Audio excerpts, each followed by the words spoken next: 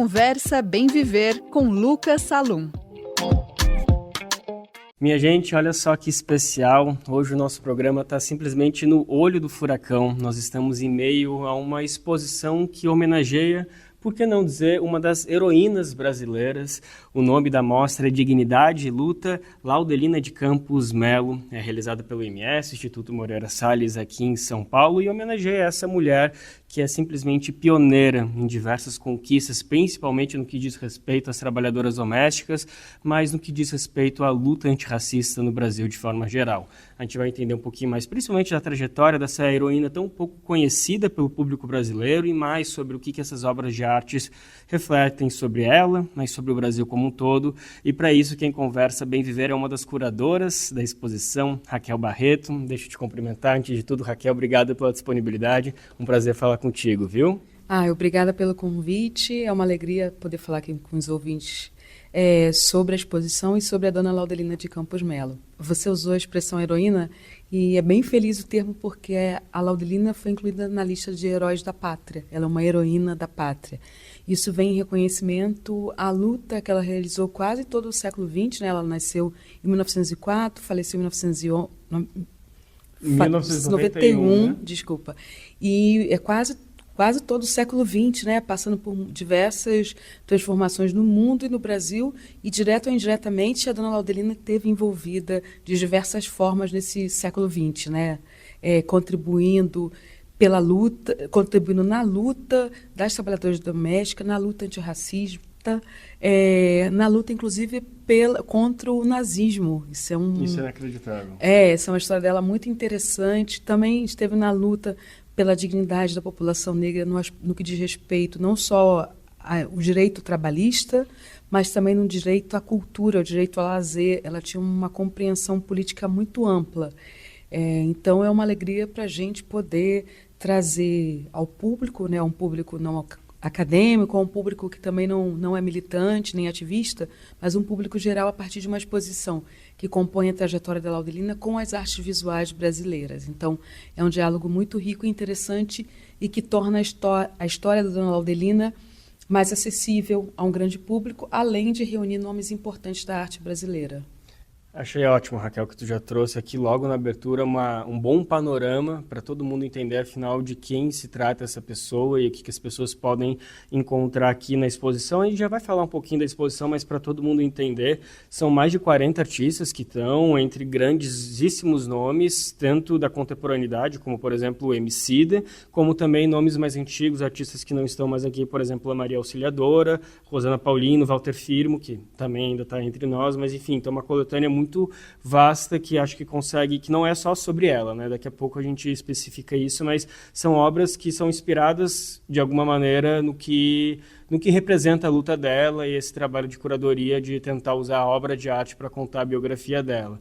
Antes de falar quais foram os critérios, fala um pouquinho mais da trajetória dela. Ela nasceu em Poços de Caldas e ela começou trabalhando como trabalhadora doméstica, é isso? A Laudelina nasceu em Poços de Caldas, em 1904, né, poucos anos após a libertação da escravidão, e a gente sabe que o período que os historiadores nomeiam como pós-abolição é um momento que manteve e ainda mantém muitas persistências, muitas continuidades, né? Uma dessas continuidades no Brasil é o fato da população negra, especialmente mulheres negras, entrarem quase que automaticamente num destino histórico, num contínuo histórico no trabalho doméstico. E qual é o problema? Não há nada de errado com o trabalho doméstico, mas no fato do Brasil o trabalho doméstico engendrar, permanecer como um lugar destinado, um destino histórico para as mulheres negras, ele carrega todo um sentido da própria escravidão. Ou seja, para a gente falar assim, resumidamente, a PEC das trabalhadoras domésticas saiu em 2016. A abolição da escravidão aconteceu em 1888, na década de 30, Getúlio Vargas consolida as leis trabalhistas e as trabalhadoras domésticas não foram incluídas.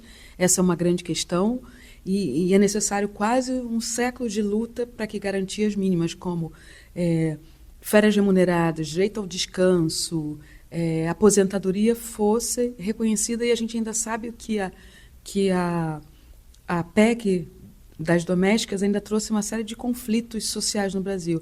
Há quem faça uma leitura de que a retirada da Dilma do poder foi parte por conta da PEC e parte por conta da Comissão da Verdade, né? Há historiadores, cientistas políticos, sociólogos que defendem que ela tem mexido em dois nervos vitais do Brasil, né? A questão da ditadura, da memória. E no outro ponto desse nosso contínuo com a escravidão, que inclusive ajuda a explicar parte da dinâmica da ditadura militar, da violência. Essa violência ela não é inédita no país, ela é parte da própria concepção de Brasil.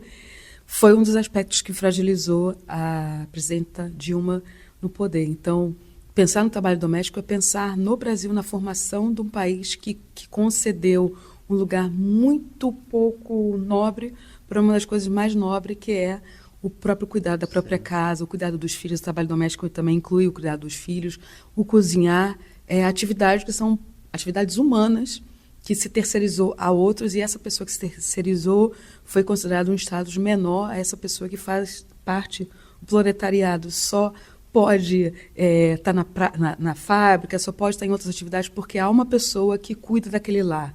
Então, a exposição tenta, de um lado, trazer a figura da Laudelina, os feitos dela, essa trajetória dela, uma trajetória pública, não é tanto a biografia dela, a gente está interessado nos feitos dela, nas ações dela, mas também refletir sobre o próprio Brasil e sobre as próprias relações de trabalho, sociais, raciais, de gênero e de trabalho. Super complexo, apenas uma figura como a Laudelina conseguiria dar conta de trazer tantos aspectos importantes da história do Brasil e vincular tudo isso com a arte. Tu citou a PEC das domésticas, não queria perder o ensejo de lembrar que, embora tenha sido, sem dúvida, um dos motivos que impulsionou o golpe contra a presidenta Dilma Rousseff, é importante lembrar que, na época, quando foi votada e aprovada, teve quase unanimidade na aprovação, salve um deputado que não compareceu e um outro que depois viria a ser presidente da República, o Jair Bolsonaro. Então, faz muito sentido vincular que a aprovação da PEC das domésticas é também a derrubada da presidenta, porque a pessoa que votou contra foi justamente a pessoa que logo anos depois viria a ser eleita. Então, as coisas estão muito vinculadas. Vamos falar então um pouquinho mais dessa trajetória política dela, porque é isso, um dos grandes feitos dela foi ter sido pioneira em criar o Sindicato das Trabalhadoras Domésticas, em um momento em que mal era reconhecido como trabalho, porque não estava dentro da CLT, então algo muito revolucionário, muito importante, mas não era uma militância que era apenas em relação às trabalhadoras domésticas. Ela entrou da política com os dois pés à cabeça, ela participou primeiro do Partido Comunista, né?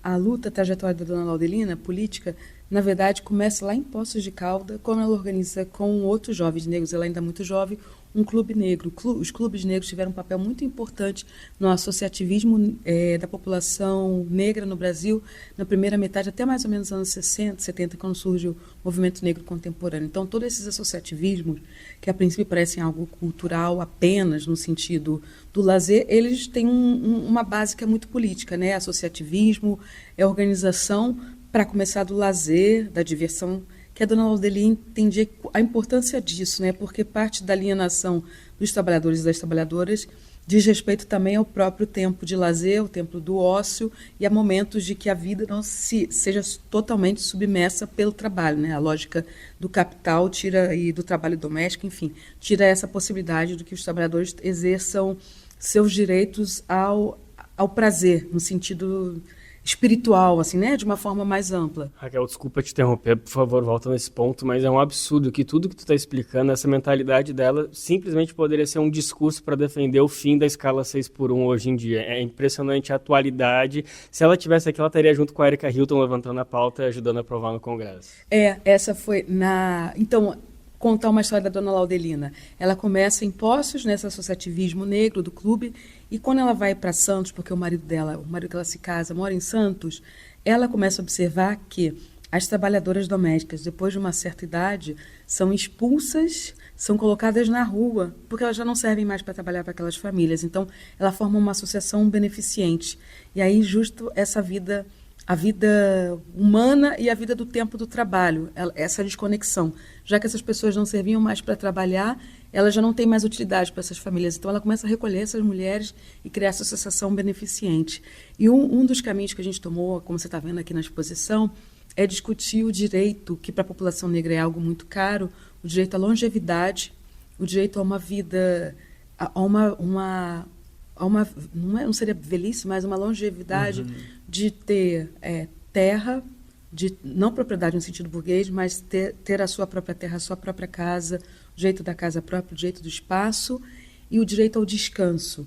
Então, sim, a dona Lauderia estaria aqui lutando com a gente pelo fim da escala 6x1, e a gente traz essa mensagem não de uma forma panfletária, mas pensando na própria condição, né? Porque um dos elementos, uma das características do trabalho doméstico no Brasil, como ele se dá nessa coisa do quartinho da empregada, nessa proximidade, né, tão típica do racismo brasileiro, é que a vida privada das trabalhadoras domésticas fica totalmente tomada pelo trabalho. E o espaço da sua intimidade, o espaço do lazer, o seu espaço próprio não aparece. Então, a gente tomou também a necessidade que a dona Laudelina, ao falecer, entregou a casa dela para ser a casa que ela comprou, para ser a casa do sindicato. Então, a gente toma isso, desse direito ao descanso, como nesse último respiro, não necessariamente um respiro, mas nesse momento. A gente tem uma obra comissionada aqui, que é uma cadeira chamada Dona Lina, que é uma cadeira de balanço, com alguns elementos que remetem à Dona Lina, e que ela é uma obra interativa. As pessoas vão sentar nessa cadeira de balanço, vão poder ver algumas pinturas e vão poder ter esse tempo do descanso na exposição, que é um pouco incomum, que é para trazer isso, essa parte da Dona Laudelina, pela dignidade, né, uma vida de luta, mas também pelo direito ao bem-estar, né, hoje o que o Movimento de Mulheres Negras chama de uma política do bem viver. É muito bonito e sagaz isso de realmente, desde sempre, ela preconizar pelo direito ao descanso, e acho que tem até alguma frase que agora eu estou na dúvida se eu li na exposição ou se eu li aqui entrando no MS, que diz que o cansaço é a forma mais fácil de dominar, e então o descanso é um passo primeiro para a revolução. Enfim, distorci a frase, mas a mensagem é essa. E aí tu estava citando algumas coisinhas do quarto de empregado, daí me lembrou de uma outra obra que tem, que remete justamente a como as empregadas domésticas são retratadas na cultura brasileira, né? Que isso mostra como nada é por acaso, é muito perverso, né? A doutrinação que a Rede Globo, especialmente, que é o principal veículo que nos passou novelas ao longo desse século, sempre caracterizou empregadas domésticas, ou mais, as pessoas negras como apenas um tipo de personagem, que era sempre da servidão, auxiliando, personagens sempre muito secundários, servindo cafezinho para Dona Helena, né? Então, esse é um outro elemento que vocês priorizaram para trazer para cá, né? Falar do trabalho doméstico abre muitas possibilidades, muitas frentes. A gente tomou um trabalho acadêmico do Joel Zito, que é um cineasta, um documentarista. O Joel Zito escreve a tese... Joel Zito Araújo, né? Joel Zito Araújo escreve a tese de doutorado dele, chamada A Negação do Brasil, e que tem como... não é um produto, mas tem como resultado também, além da tese, o livro, um documentário chamado A Negação do Brasil, dos anos 90. E nesse documentário ele vai falar da presença negra nas telenovelas, desde as primeiras lá, passando não só pela Globo, pela TV Manchete e tal. E ele foca num momento que nos toca muito, que é essas atrizes antigas, Léia Garcia, Ruth de Souza, Zezé Mota, e outras que, por um dado, isso hoje já não é mais uma realidade exclusiva, mas que em determinado momento só tinham trabalho, só faziam personagens de trabalhadoras domésticas. E qual é o problema disso? Que essas trabalhadoras domésticas eram sempre personagens secundários, eram um alívio cômico, viviam em referência ou em relação aos... os patrões. Então ele traz esse recorte, traz as atrizes falando disso, além, claro, das novelas de escravo da escravidão, que foram muito marcantes na Globo. E aí o contraponto que a gente tem isso é uma pintura da Kika Carvalho, que é uma artista que mora no Rio, mas é do Espírito Santo, que pinta uma cena linda de uma mesa onde estão três artistas, né, que já se foram.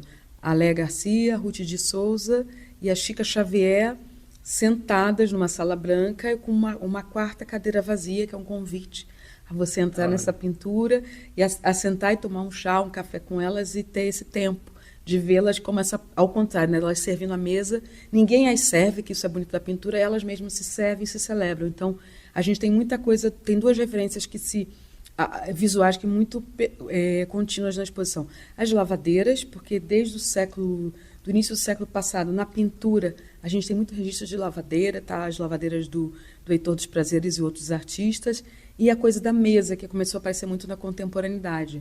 Em alguns trabalhos das artistas mais jovens tem muita mesa. Então, a gente tem mesas, obras táteis, uma obra tátil que inclui uma mesa, e nas pinturas esse tema também aparece, das mesas. Interação, obras com interação, eu amo, é uma delícia. Eu sou uma pessoa que a minha mensagem que tem quando eu era pequena, minha mãe sempre dizia, olha com os olhos, vê com os olhos, não precisa usar a mão. Então, assim, poder tocar numa obra é um negócio assim que traz uma calma e ajuda a entender, né? Realmente.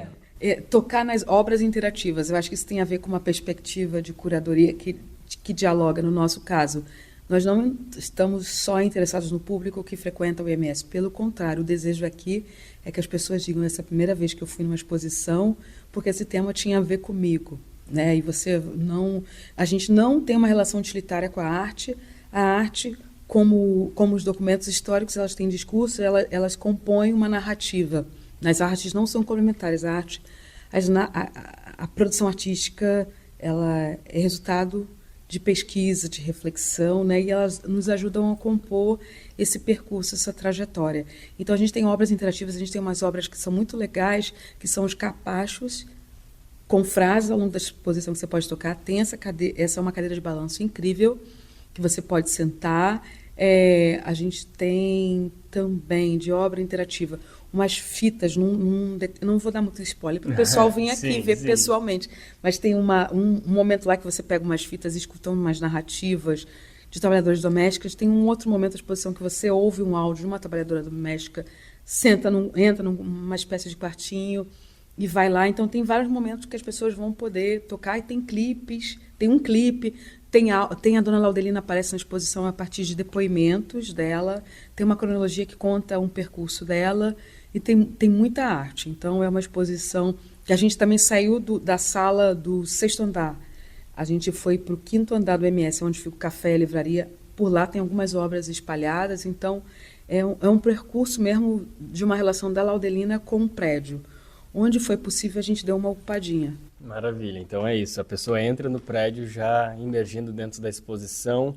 Olha, Raquel, o tempo está acabando, mas só para não perder 2 pontos, que eu comecei, uma das perguntas que eu comecei aqui e desembocou em outros lugares é sobre a trajetória dela dentro da política, que ela começou no Partido Comunista, depois foi para o PT, mas ela se candidatou? Ela entrou? Então, ela fala em alguns depoimentos a relação com o PC. Como o Partido Comunista ficou maior parte desse período dela na ilegalidade, a gente não encontrou nenhum documento que corroborasse isso, e o que é um pouco natural.